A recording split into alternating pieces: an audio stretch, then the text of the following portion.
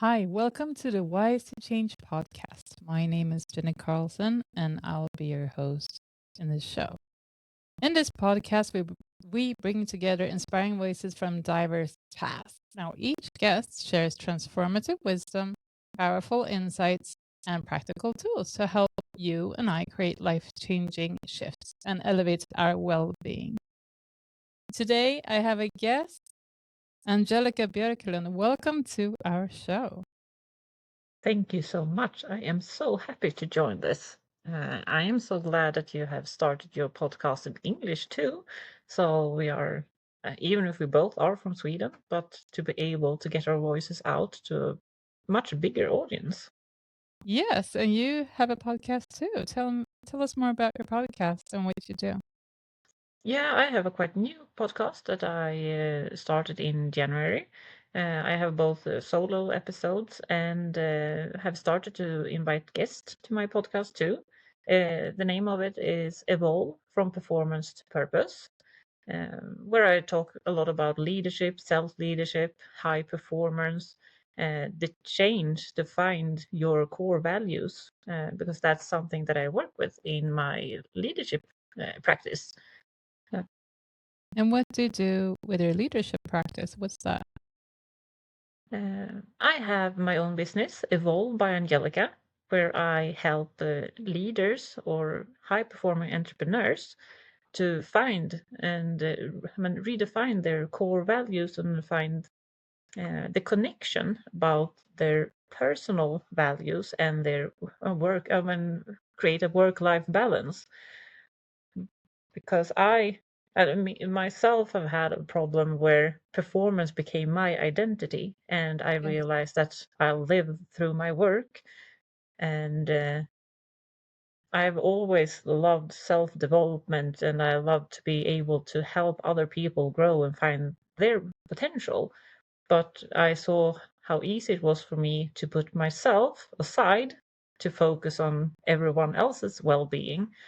And I've also worked in so many different organizations where you have values that are either printed on the wall or it is something that you feel in the air. And a big difference that I've seen in many leaders is when your own values are connected to the company values, the balance becomes so much easier. Because when you try to be someone else to fit into a model that the company has, it I've seen very many people go into burnout or Oh, leaving the companies because they can't live like that. And that's which something that I want to help them with. which is the optimal way of aligning staff with the companies? I mean, aligning personal values, personal core values with professional values.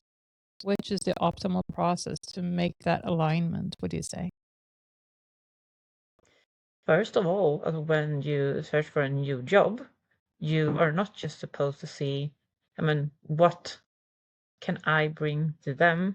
There's also what is the meaning, also what values do the company has, and is that Yes. something that come to me natural, or is that something I need to work on myself to be able to perform?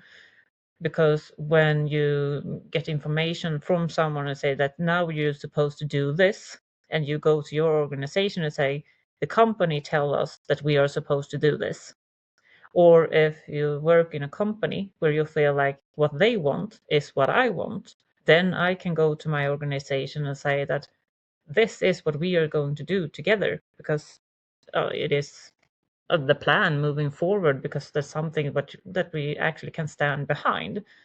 And I think that builds more trust because you are more true to yourself.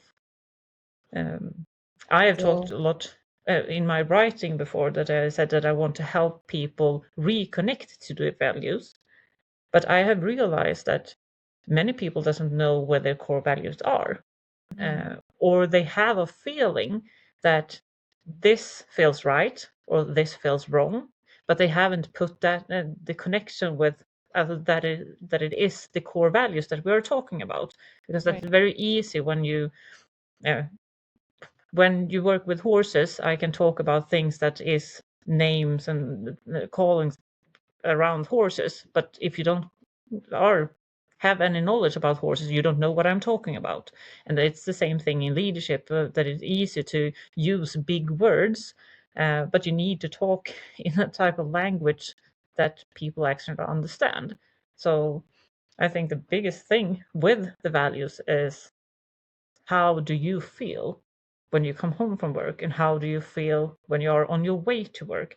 Do you need to go into a type of role and pretend when you are at work, or can you continue to be truly yourself when you're there?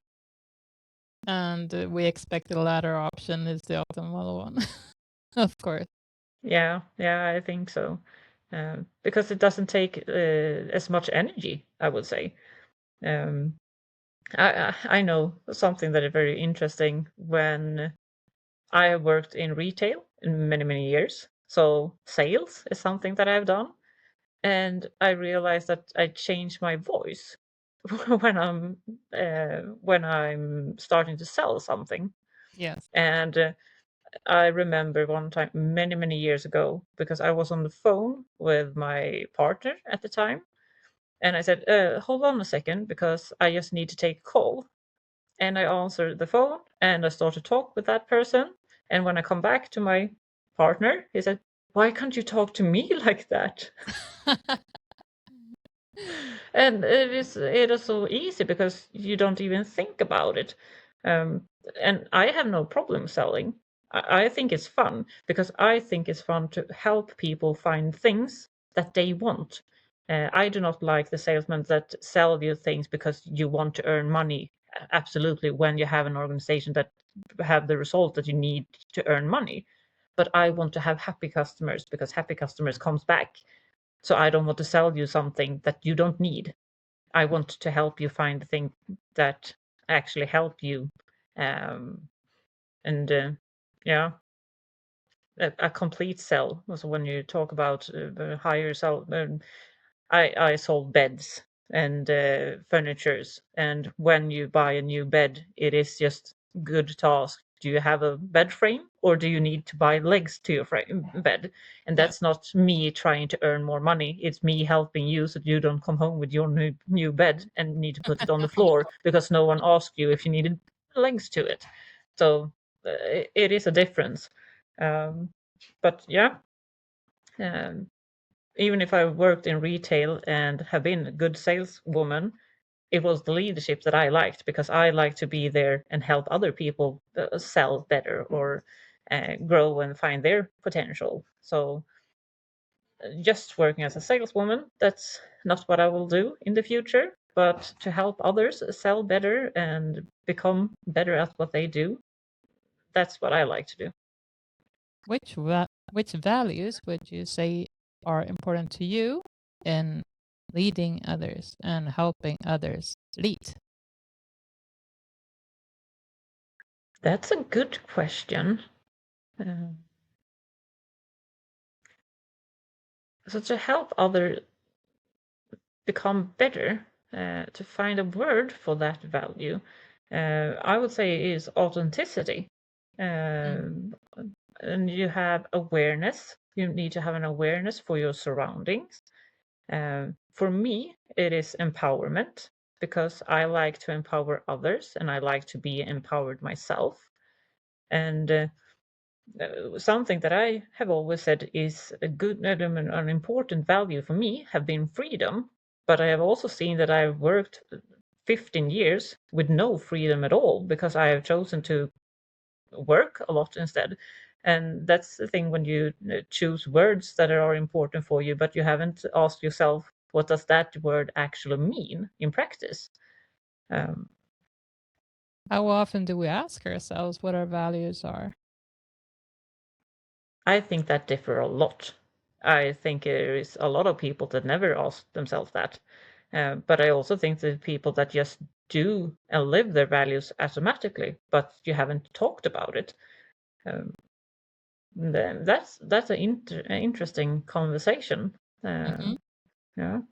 It sure is. And there are exercises when in NLP, I'm an NLP master and a master practitioner. And when we work with our clients, we have, it's called the hierarchy of values, where we elicit the values.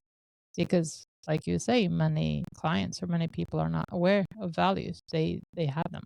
And then we can change them, the priority or the ranking. And the values, they direct our behavior. If I have money first, or I have family first, or health first, that differs. That makes a huge impact.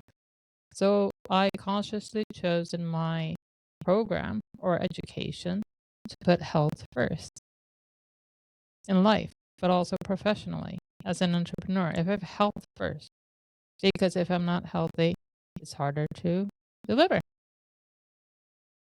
Right? That's a good one. I have not prioritized my health. I have been much better to push that to other people. How so? How do you push that to other people? What do you mean? Because if I look back when I was a young leader, when I felt that I am the one that needs to be best at everything, I need to do everything in this organization. And I also had a strong feeling when I had my first leader role that, and I have heard this from more people, but then I felt like is something wrong with me. But when you have that feeling that I don't want things to work when I'm not here, because if it works when I'm not there, I'm not needed. Mm-hmm. But when you become a little bit more mature, you realize that.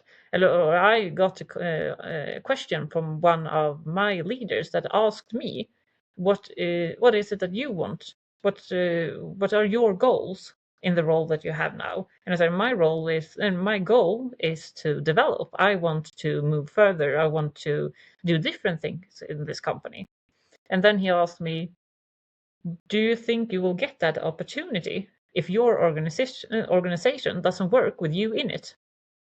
Hmm. And I started to realize, like, no, probably not. Because if I have good results with my organization when I'm here, but that will disappear if I'm going away, then I will stay there because they are happy with my results. That's when I realized how important it was for me to actually build an organization that could do all the work if I was there or not, because that gave me the opportunity to have more than one store that I was responsible for. It made me be able to start having projects where I built new stores or helped new leaders in other organizations. So it is so easy to get stuck in a frame where you think that this is where I am doing the best because I am the one that control everything, and that's because I was a control freak. I'm a little bit of a control freak now too, but I have when you know it, you can also work and develop around it and take the good parts and work with the parts that you feel like here we can change to get better results. So we have chosen as a topic for this episode, we named it Redefining Success from Pressure to Purpose. And we have many keywords there. If we start off with redefining, why do we need to redefine success? Something that I've talked about a lot is to go from performance to purpose, which is also the name of my podcast. That people can say that to get purpose, you need to stop perform. And that's not what I want. So I think that's where the redefine, because I want you to be able to continue to feel success. But what Yes, is success? Because success exactly. for different people can be very different things. Success can be that I have a lot of money on my bank. Success can be that I just needed to work 5 hours today because I could go home early and take care of my kids. So, what is success? What is success for you today? And what would you like success to be for you in the future? And you're not supposed to need to perform worse. You're not supposed to have less results. but how can we create that life for ourselves, but have a better balance, I would Yeah. say. Work-life balance you mentioned before. Yeah. And purpose, I guess, or I believe is an important part of it. Doing it with purpose and well-being. Yeah. Uh, I've always been a person that like to have goals, and not just in work life. I see it with my horses, with my training, everything. It's easier if I have a goal. It's easier to work against it. But I wasn't good at celebrating when I had reached my goal, because Mm. when I had reached my goal, I have already put up new ones. So I Yes. just continued. I never stopped, Mm. and that was also something that I saw that. Uh, Everyone are different. We are all unique. I didn't feel the need of celebrating because I knew that I had done the work that brought me to that result, brought me the goals that I had. So I just continued to do the next thing. But other people can. I saw that I had people in my team that stopped performing because they didn't know why are we supposed to push hard against this, because when we have done that we will just start something new. Right. So then I started with that. When we have a big goal, say that we have a goal for our organization for this year, then I want everything that we work against during that year, when we start a new task, if we start a new project, to actually have the conversation about why are we doing this, and connect that to our bigger goal that we had. Because then you saw, if we put more time and effort in this thing, it will move us in this direction. Because it's so easy to have a lot of goals, but we're walking in a lot of different directions. And when you're working with a big team, it can be that I think that what I do is the most important, but someone else have a different task and they think that what they do are the absolutely most important, and then you might not talk to each other, or you think that you are working so slow, I am working so much more, I do this and you don't do anything.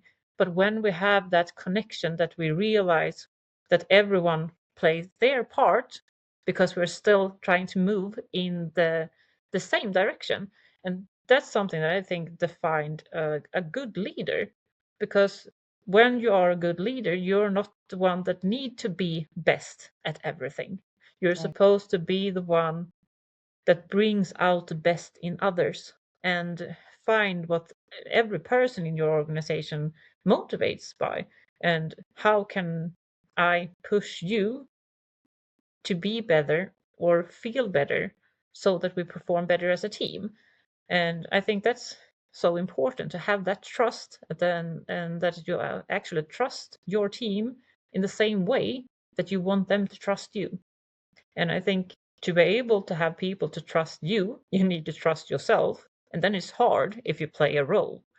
um, So how do we go about then? If I well, I'm employed in a new company and I'm aware of my values. I chose the company as well because of their values, but I'm not.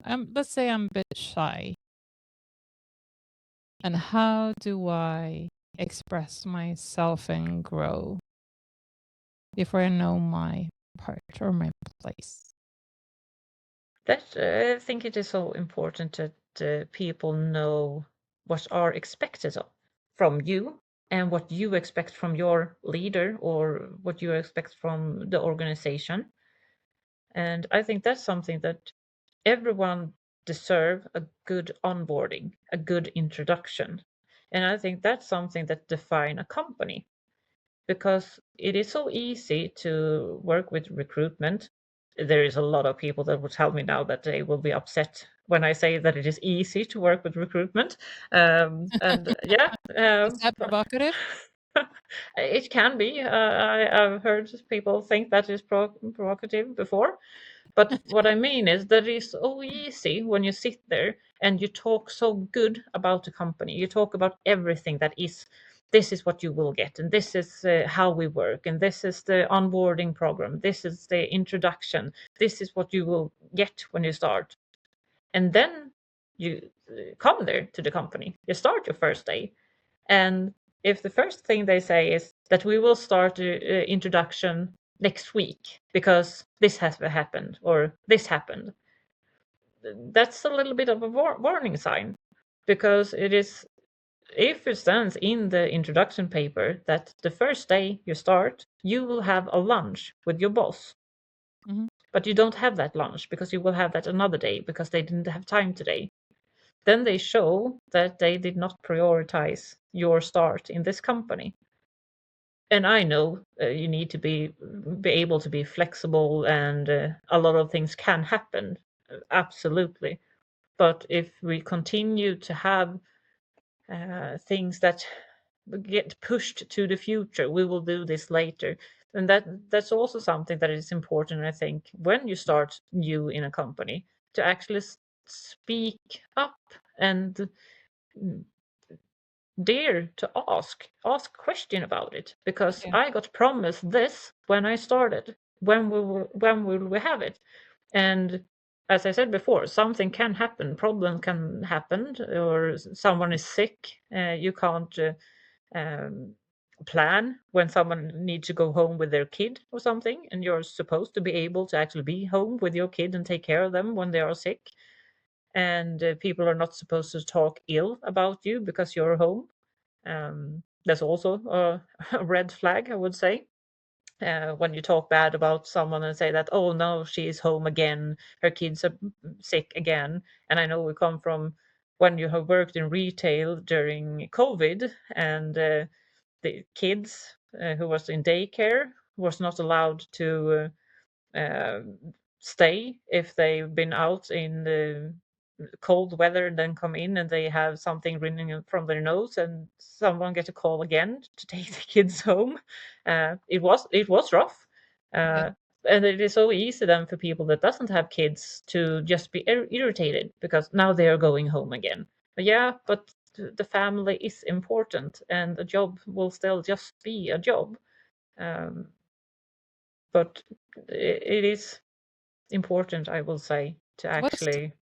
what's lacking in that case? I mean, what is the lack there, and what is needed in order to turn it into a healthier work environment and situation? Would you say? That they need to understand each other, but it can Understand. also, yeah, I think so. um and it is different. You become you change when you become a parent, and if you You have are in a work environment where you have 50-50 with parents, and you have the rest that isn't.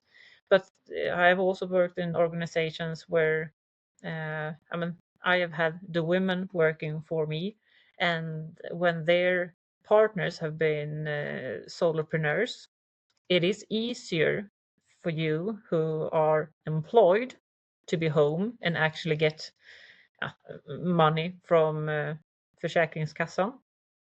I don't think we have an English word for that.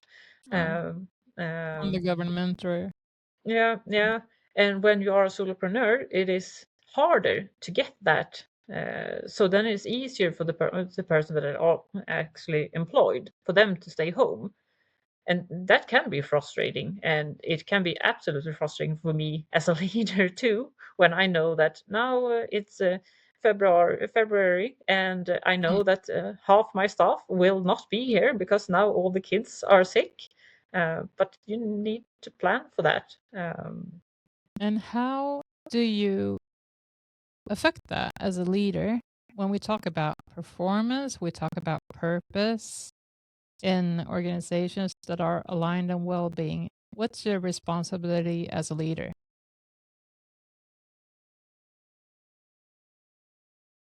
It is to be when people in your organization start to talk about their colleagues, about the fact that they are not there, you need to say something. You're not supposed to stand there and agree. And absolutely, you can agree that yes, it is rough that both of them are home today, but we will do the best with what we have. And you're not supposed to say, I mean, continue to talk shit. I don't know a good word for it. Well, it's You're trash not, talk. yeah, yeah. Go behind Uh, someone's back, talking. mm, because your workplace are not supposed to be like a daycare. One thing that kids are talking or talking behind people's back, but that's also something that we try to teach our kid to not do that. So why are you supposed to do that when you're an adult? And I have thought about it many times when you worked in different organizations. I would have that conversation with many leaders that sometimes it feels like working in a daycare when you work in an organization with old people. And something that I am against a lot is that trash talking. Because if you have a problem with someone, talk to that person. And I've been sitting in those hard conversation when you have conflicts at work, and there will always be conflict at work. That's something that you need to take care of as a leader, and you need to stop it straight away, because every time you accept people to talk ill about each other behind their backs, that's when you create a working place where you don't want to go to. And then it's much easier to be home or stay home with the kids, or be homesick when you're not that sick. And I want to create workplaces where people look forward to go to their work. And that's why I have focused when I started with my coaching, that the reason why I want to work with leaders is because if I can help leaders become better, I help a full team. I help an organization. Mm. Because if you as a leader work on yourself and do what you can to make your own life better, you also increase the uh, workplace, so that other people actually enjoy being there. So working with leaders affects more than one person. For sure, and there are studies that show that the mental health of the manager affects the entire organization at its worst, but also at its best. Absolutely. Yeah. So, And what's the first thing you do when you work with a new leader? What's the first step? I have created my own framework, the Evolve method, and it's uh, the first thing we do is evaluate as where are we now, because either you're working with someone that wants help with something specific in their organization, or we have started to work because there is something that you yourself want to work with your personal development, either if you want to create that work life balance, or if you feel. I work with many people that it looks from the outside that everything is perfect, you have the results, you have that title, but you start to feel inside that, is this it? It might be that you have been performing, but you have lost in touch with your family. You're not spending the time with your partner that you would like. You miss a lot of football practice because you stay late at work instead. So we need to see where are we now. And when we know that, we don't need to go back and see everything you feel that you have done wrong in the past, because it isn't therapy. When you work with coaching, it is that we go from point A to point B. We are where we are, and we need to find where do you want to go, and we work moving forward. So when we have evaluated to see where are we now, then we go to vision. And vision is both goal setting, but here it is that I think it is so important is you put down a goal, but why do you want to reach that? And I Mm. think the why is the most important, because a lot of people go to the gym in January because you have that new year resolution. But you go to the gym because you know that that's something I should do. Should. But if you, instead of saying that I should go to the gym 3 times a week, you say that I want to be healthy so that I can take care and play with my grandchildren, then it's easier to actually go to the gym, because you don't do it because you are going to the gym. You're working with your health because you are supposed to be able to play with your grandchildren. So that's when you define your why. And I think that, and that's something that have changed a lot for me, because I've also always put down a lot of goals. But when I ask myself, why do I want to reach this? And also something very important, why do I want to reach them? Because it's easy to put down goals because other people think you should do it. Mm. So you need to feel it inside that this is something that I want. And when you know why you want it, and that can be something that, I mean, to create, spend more time with the family. And that's something that make it better both for your family and for yourself. So how would it feel to actually reach that goal and have all that talk? And when we have put down your vision, then we go to ownership. And that you're supposed to see what is it that I need to do and own and take action. And after that, we go to lead, and that's leadership, both self-leadership and how am I supposed to define my leadership for others. Then we go to values, because when we are on values, we will see what is important for me, what type of values do we have in our organization, what values do we have in the company, why am I working in that company that I am in? Or if I have my own business, what is important in your business? What is it? How will your colleagues or your team feel if we actually live by those values? And we also need to see that are those values connected with the vision and also everything else that we've been talking about. And when we have those values, then we go to expand. Now we start to do the actual work. We start to take those actions that we need to do to become better at at everything. We become better at being ourselves. And that's, even if we just have one coaching session, I tried to go through all of those phases. But when we work in 6 months coaching, work together, it can be that the first 2 sessions we only talk about where are we now. But when we're moving forward, we always go back and look, is this still in the line of what we've been talking about before? Because that's something that is important when you start every coaching session. It is, what's the goal with today's session? Yes. And you can have something when you work with someone long term. We can have a specific goal in mind, but sometimes life happens. So you have something that have happened that you need to take care of right now. Then we might hit a pause on what we've been working with before, because it's more important to take care of what is here and now. Because if we skip that, it is harder for you to actually moving forward with the other things, because then we have life getting in between. So you always need to be open and flexible to be able to take a pause on something. And just because you pause something, that doesn't mean that you have failed. Because I would say that something that I've learned the last couple of years, that asking for help or actually taking a pause, that's not a failure. That's a strength to Yeah. actually give yourself that time. I was also thinking about the concept of taking a pause or a break. For me, it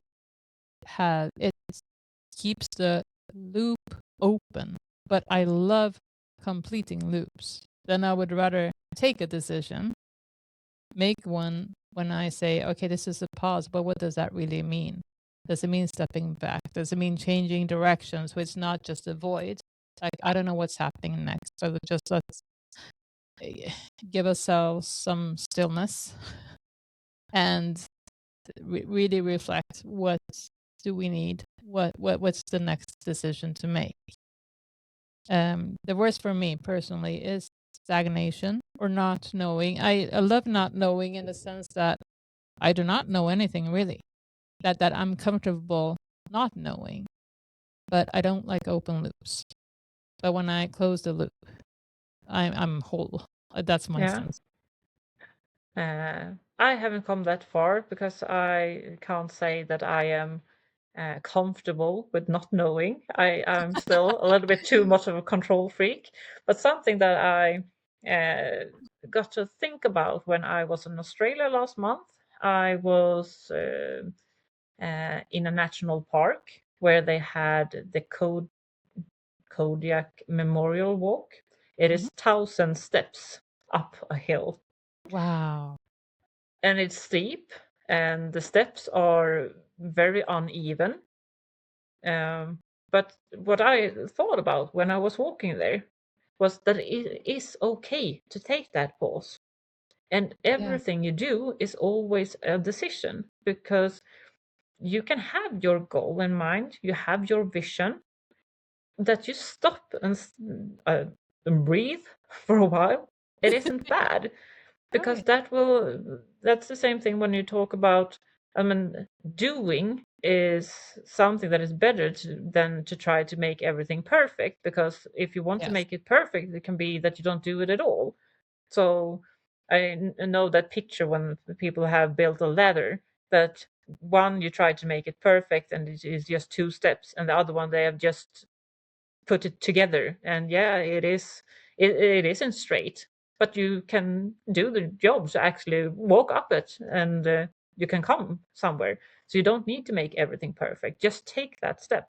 And Yeah. you always have the decision when I stood there in that stair, Mhm. uh, even if I take a pause, I made a decision to continue to walking up and not down. So That would be a it's, decision too. yeah, I mean, So it a is a decision. decision. Yeah, because then I choose that no, I don't think that goal that I'm walking against are important enough. Hmm. So that can also be a good pause to take, because if you feel Sure. that you are in the wrong direction, because that's also something that Yeah. I talked about. When you're always running fast, you can get quite far in the wrong direction. For sure. For sure. Yeah, so sometimes it's better to take that pause and ask yourself, am I going in the right direction or Yeah. am I not? Because then it is easier, because it is so far to run back again. But as I said before, that it is also so important to take a decision to actually try something.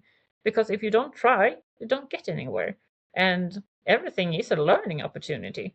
And we only have one life, so why not just start living it? Oh, for sure. Yeah, I love that. Mhm. I came to think about that saying that progress over perfection. I love that. Yeah. Baby Mhm. steps, because it is baby steps. And I have another quote that is amazing. Master Yoda says, do or do not. There is no try. Either you do or you don't. It's a Yeah. decision to make as well. Yeah. And I think that is so important, because that's the same when an indecision is also a decision. Because a lot of people talk about, I will change, I will do that later. Yeah, but then you are the reason why things don't change.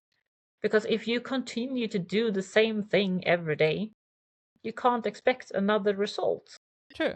The outcome will be the same if you continue to do what you did yesterday. And that's also something that I have realized, that when you are somewhere or surround yourself with people that actually hold you back, also Mhm. hold you back, not to hold your back, because No, but that's they two do. different things. I mean, some people actually, I mean, uh, the fact that I have wanted to start my own business, I have wanted to start my own business since I was a young girl. I have always said that in the Really? future I'm supposed to work for myself. I want to have that freedom. Um, but I have also been have that insecurity, because it is easier to have an employment. That's a security to have that. And if all your friends and family say that, should you really try? It is quite safe where you are right now. You're good at what you do. And that's not what you need when you talk to someone and say that this is what I want. And then when Yes. you start to say something, because I remember reading a book from Johannes Hansen, who also is a leadership coach, and I found his self-help book that's called Tough Love. And it is him talking about wanting to become a coach, wanting to help people grow. And he went to America to meet up with good speakers and coaches that he looked up to, also the people that wrote the books that he read. And he went to someone and said that I want to do this. And that man told him, yeah, but then do it. And he started to say, but I can't do it now. I need more experience. I need this. I need this. Mm. And I said, you come to me and you tell me what you want. And when I tell you, go for it, you Yeah. are the one who tell me Holding, that you can't. holding And himself back. yeah, exactly, because it's so common that you have people around you that then just say that, yeah, I agree with you. It's better to do it later. You need to have Right. more experience. You need that. So that's why when you understand how important it is to have people around you to that actually lift you, and Yeah. to say that if this is what you want to do, then try, because you can always go back. Um, it's good to not be reckless and sell everything, but that there is people that do that too, and I think that's a very good life experience to, I mean, just sell everything and move somewhere new, or I mean, do something, because it's still memories. Because as I said before, we only live once, and that's something that I realized that I don't want to live in regret, because there is so Mhm. many things that I can say now that I wish that I did 10 years ago, and that have held me back. That I have been stuck by saying that, and the same thing that you said before, better done than perfect, Yeah. um, is that I have held myself back with the knowledge that I have said that I want to be good at this. So if I don't do it at all, I can tell myself that I would be good if I tried. But Because you I hold don't know. myself no, yeah, because I hold myself back from failure. And I Right. think when I redefined that for myself and said the biggest failure for me is to not try, because I don't want to sit here in 10 years to say again that I wished I did that 10 years ago. And I think that's the reason why I actually jumped and started my own business, that I left the employment, because and I it isn't easy. It isn't easy to start a new business. You don't have everything figured out straight away. But I have never felt that it was the wrong decision, because when you don't have something else to fall back on, you work harder against what you actually want. And I think that's the biggest difference when you talk about people that start their business, uh, because there is a lot of people that leave that idea, that they try, and when they meet something that is hard, they just say, no, this wasn't for me, and then they go back to an employment. And there is those people that continue to work and said, no, this doesn't work, then we need to try something new, then we need to try something new, now we need to surround yourself with other people that have done this. And I think that's why it is so important to take advice from people that have done the work that you would like to do, Yes. because talking to someone that doesn't have the ambition to start their own business, they're not the best to give you advice about yours. That's so true. I have a question. We talked about our why before. Is our why the same as our purpose?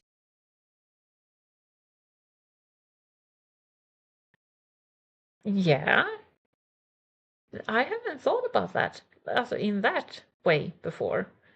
No? But I wouldn't say so. Because I think your why and your purpose must be connected somehow. Um, because why I want to have my own business, or why I want to build the life, it isn't just the business. Also, I have my vision is the life that I want to live, to build my dream life. I want to be able to travel more. I want to be able to take that weekend when I want to. I am absolutely not afraid of hard work. I have no problem at working 100 hours one week, but I don't want to do that every week, every month. Because if I work hard this week, I want to be able to take time off next week to do things that I want to do. And that's the biggest difference from before, because I worked a lot, but I also skipped a lot of weekends and holidays because I needed to go back to work. So I want to create that freedom.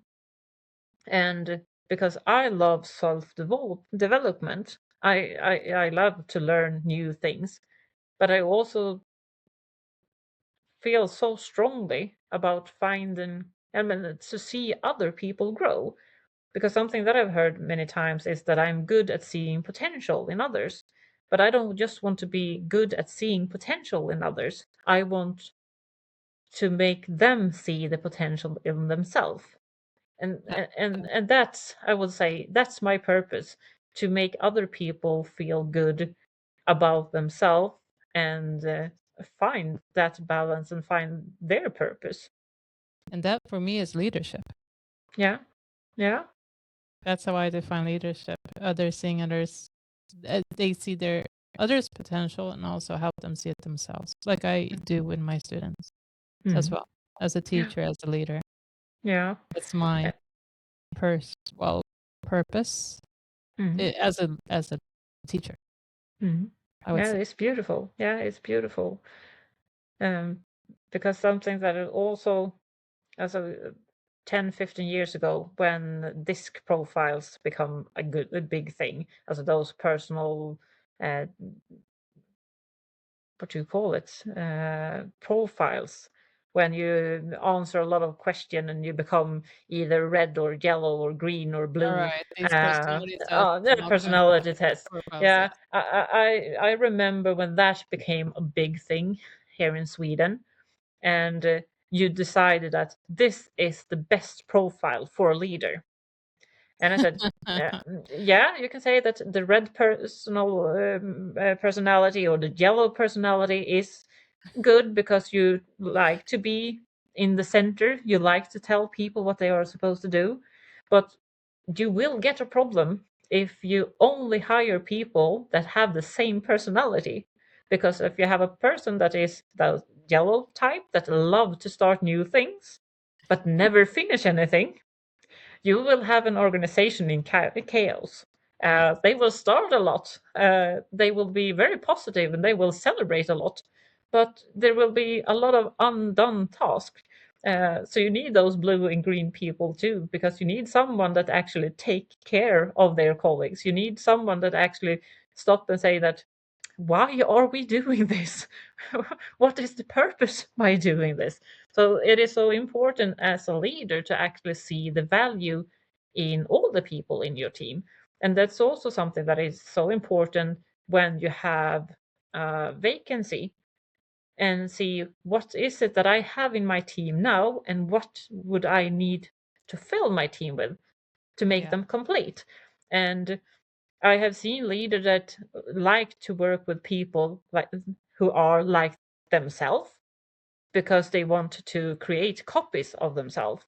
But I Hmm. also know that some people doesn't like to have a lot of people like themselves, because if I'm the person that wants to be in center of attention, I want everyone to look at me, I want everyone to listen to me. If you have a full team with that personality, you have a lot of people that's standing working by themselves because everyone want to be the one that people look at. Um, so that can also be quite hard. Uh, so that's something that I've worked with when I come in a new organization. That it is so important to make that inventory. What type of people is it that I have around me, and to not listen so much at the earlier leadership or at um, the hiring person, also the person that put you in that organization, because Mhm. it is so easy to go into an organization and have heard so much about the people that you're supposed to start working with. Yeah. I don't want to hear that. I want Mhm. to have my own view of it. I remember when the latest leadership role that I had, I came into an organization that wasn't well. They did not feel well. They had been very mistreated by the leader that they had before. But the thing that I've heard was that they are not doing anything. They are so passive. There's um, no speed. They don't take care of the customers. I mean, everything was just bad. And I think I said it is hard to say that you have a team with 10 people that everyone is just useless. Because then my question is, why are they still here? Why haven't the organization done something to change that? And when you just come in as new and start to talk to them, both one on one and when you talk to them in team, and I think it took 1 month before my leader, my boss, came there and visited us and said, "Oh, you have done so much. So much have changed." And I could just say, "Yeah, this is an idea from this person, and this is an idea from that person, and Yeah. this person has done that. But how did you bring that forward?" I said, "Because they had a leader before that told them to be quiet, who Ah. told them to just listen to him, to just do what they was told, because then you don't continue to come with new ideas." And a lot of the things that they wanted to do, that was the first thing that I saw when I came into this organization too. But it is easier for me to have my team working with me if things and ideas comes from them too. And I could have a question. I could have a strong feeling about this is something that I would like to do here, as I will want to rebuild or something. So I just ask the people around me, what do you think would happen if we do this? And when just become more of a conversation, then it was easier for me to say, yes, do you want to start that project? Do you want to be responsible for that? And they were just so happy to be able to actually make that change. And it is fun to turn around the organization without taking anyone else away from it. Because I had the same team that the person who had the role before me had, but we created so different results because we took care of our team in different ways. And you saw them, you heard them, you validated them, you lifted them, you gave them empowerment and also uh, action. Yeah, and I You worked listened. together with them. And together with them. Yeah, Right. I Huge. didn't. Yeah, I didn't use them as tools. Also, we become a Right. team, and even if I'm the leader in the team, I also want to be in the team. Also, we are a team together, and yeah, and that's also something that uh, have been a big thing for me because when I work in retail, we have a lot of customers. So it can be that we have a great plan of what we are supposed to do in our store that day. But then we have a day with a lot of customers, or we have someone that comes in and very angry or happy, or I mean, whatever. You can't plan your days fully. You need to be flexible because you never know who and how many that will walk into that door. So when my leader come for a visit and asked about things, I saw the difference between me and many of my colleagues because I have heard them complain about their team that why haven't you done this? And then they started to name the people that he haven't done this, she didn't do this, I told them. I said, but Mm. no, that's my job. It doesn't matter if my staff haven't done what they're supposed to because that goes back to me. So I can't blame my team because it is on me. But the difference is when someone come and told me that this looks so good, but good results, then I name my team because that because I couldn't have done it without them. And that's something that I have the difference between as what I see as a good leadership and someone that is quite selfish. Because I remember talking to someone that came in a new organization and they started to get good results, and that many times it changed a lot when a new leader come in and you Yep. have better results. But when I asked him, what is it that makes this good? Also, what is it that changed? I'm good. Okay, but what is it with you then that it is good? Because I can also say that I am a good leader, but the reason why I was a good leader was because I lifted my team. I made sure that they knew what they were supposed to do. We had the expectations was clear. If something changed, I talked to that person. I didn't talk about them. Also, so yeah, I can also say that a lot of things that is good in my organization is because I am a good leader. But if you just say that it's me as a person, I'm good. Yeah, but what is it that you do? How can you help someone else to become more, to create the same result somewhere else Yes. without you there? These And are when they can't answer strategies. that, yeah, These are yeah, strategies for excellence, which she maybe didn't yeah, have yeah, or couldn't express or yeah. was aware of even.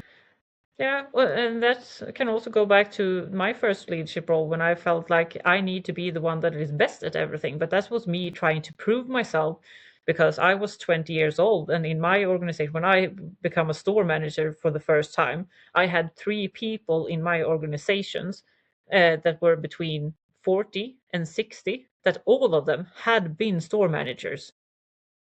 And none of them had left their work willingly. So me as a 20 years old being there telling them what to do, I really felt that I need to actually know what I'm talking about. And I think that's also something that defined my leadership in trying to prove myself. And a lot of people said it is so easy for you to go up to become a leader in an organization that you have been working in for a couple of years. And I said, no, I think that's one of the toughest things to do, because Mhm. if you're one of them and then go up and become their leader, and you need to be someone else because it is different to be in that role, and you can have people around you that doesn't accept the change that you do. True. So the best thing that happened for me was when I started to work somewhere else, and then when I came back to my old organization, it was easier to actually be who I wanted to be as a leader, not trying to be both the same Angelica that only was a saleswoman and that had those routines that I had when I had that role, and then go in to have the leadership role too. Because I had a problem with one colleague that said, "You have changed so much. Why are you not doing this anymore?" Because then I just said, "But because this isn't my work anymore. The title that I have, or the work description that I have now, isn't the same as the one that you have. And I had the same description as you before, but I can't continue to do that job and do the job that I have now, because my work as a leader is to get you guys to do the things that make our organization grow. And I need to help you become the best version of yourself so that we can get the best results. Um, because I still wanted to be best, but I want to be best together with you guys." Oh, that's beautiful. And Mm. I can imagine that your coaching is needed and wanted for many leaders who do that transition or recruitments. Also, maybe new in leadership overall. Who am I? So I can really imagine that this leadership coaching is valuable. Yeah, I really hope so. And it is so fun to sit in those coaching sessions and see um, when the person you're talking to actually see in themselves and see that change. And when you can have a conversation with someone when you see that thing, the last thing drop down, and see Yeah. that now they understand. Now they also see what I see in them. And that is so beautiful. And that's also a matter of worth, of feeling worthy, receiving and feeling seeing your worth. I imagine that quite many suffer from not being able to do so. Or I have many clients that really they don't see their worth. They don't see their strengths really. Or they have hard receiving compliments. Just receiving. They're used to giving. And then when they receive, it's a habit they don't have. It's not necessarily a fear. It's just they're not used to it. And sometimes it's a pattern, a life pattern. We grow up not expressing, receiving. So that's also a huge transformative life shift to help or coach others, and learning how to receive, learning how to see your worth, and learning how to see your strengths and express your strengths. Wow, that's life changing, and it's well, it's just wonderful to work with clients like that. I can imagine you also do the Yeah. same thing with yours. Yeah, yeah, yeah, absolutely. Because it was, as you talk about it as feedback, I've had a hard time getting positive feedback because Mhm. I've always seen that if someone said, "Oh, this was good work," and my answer to that was, "Yeah, but I could have done this better." Right, the inner But critic. yeah, yeah, yeah. But then I just started to say that no, I'm just supposed to say thanks. Exactly. Thanks. Thank you. Period. And then I can ask a question if I don't think the feedback is specific enough. Then I can ask, what was it that I did specifically that you think was good, so that I could take that moving forward. Because Mm. I remember when someone come and told me, "Good work today," and my first thought was, "Yeah, you didn't say that yesterday. What did I do wrong yesterday?" Because Oh, I just oh, feel then like I you're did deep. exactly, yeah, Oh, yeah, wow. I Oh, did exactly the same thing yesterday as today. And I oh, think that was also something that I had a hard time with. I yeah. mean, giving positive feedback to others, because why I am mean, I supposed to say that you did a good job when you just did what you're hired to do? But that's also like when you have put so high standards on yourself. But mm, I realized, yeah, but some people, many people, actually grow with that positive reinforcement. they do. Yeah. Yeah, Celebrating wins, like we talked about. I celebrate wins, grand and small, every yeah, day for yeah, myself, but also for others, of course. A positive yeah. reinforcement. Mm. It's an important reminder, Yeah, actually, yeah, especially with children. yeah, exactly. And as me in my work with horses, it is also that you need to give them positive feedback, because if you always Yeah. tell them what they're doing wrong, they're not that keen on continue working with you, and they are heavy. It's harder to to work and push them somewhere if they don't want to move along with you. And it is the same when you work with people. Um, and if you have a hard time giving positive feedback, just be more specific, because don't just go and tell someone that they did a good job today. Say something specific that you have seen them do that you appreciate. That you Because mean. yeah, Yeah. exactly. Because I don't want to say that someone is good just to make them happy, because I want them to feel that when I come with feedback, I actually mean it. And that's something that I've become so much better at. Oh, And it is so wonderful when you say something to someone, and when they actually see that themselves and yeah. how happy they are. And that's when I can see. I was in a webinar today, and someone had a bit of imposter syndrome, and I've been there myself. Mhm. And I just say, but this is what I have seen in the work that you have done before, and so this is what I take with me. And she became so happy just because I told her about this. Because when she realized that the work that she does actually means something for others, uh, and that's when you see that the work that I have done with myself actually make a change for others too. Oh, we should record a separate podcast with about imposter syndrome. There's so Yeah, much to talk about, yeah, yeah, exercises absolutely. and Yeah. attitudes and wow.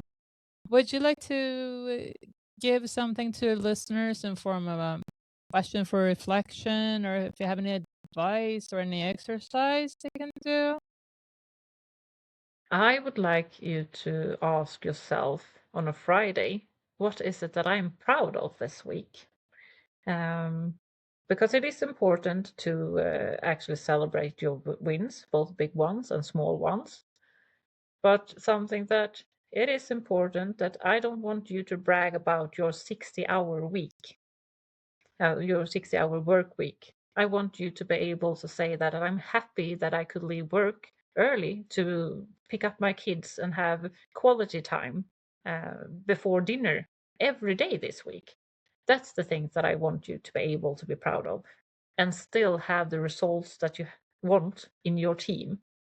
And if you feel like you're stuck with those 60-hour weeks, and you start to miss those football practice, or that someone else need to pick up your kids, or that you sit there scrolling on your phone when the kids are playing in front of you, there is help to get, and there is a strength to actually give yourself that help. Yeah. It is not a weakness to need someone to stand there beside you and help you get the life that you actually want.